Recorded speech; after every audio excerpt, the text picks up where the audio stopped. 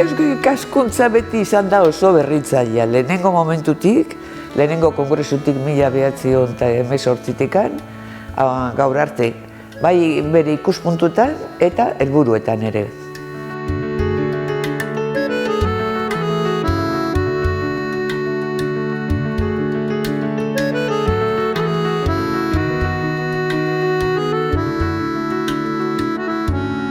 Es una sociedad que ha sabido promover el trabajo en equipo a través de la academia y de las instituciones y de la sociedad civil.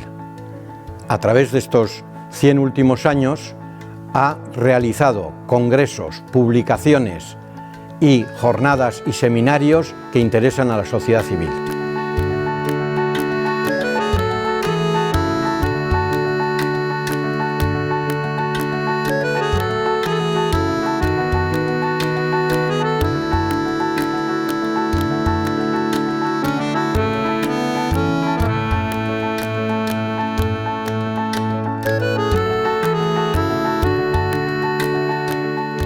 Ikerketa, hausnarketa eta hauen gizarteratzea gakoak izan dira eusko ikaskuntzaren ibilbidean.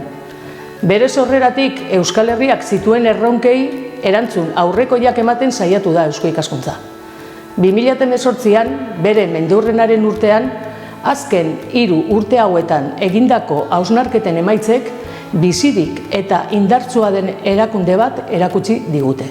21. mendeko erronkei aurre egiteko prest dagoena.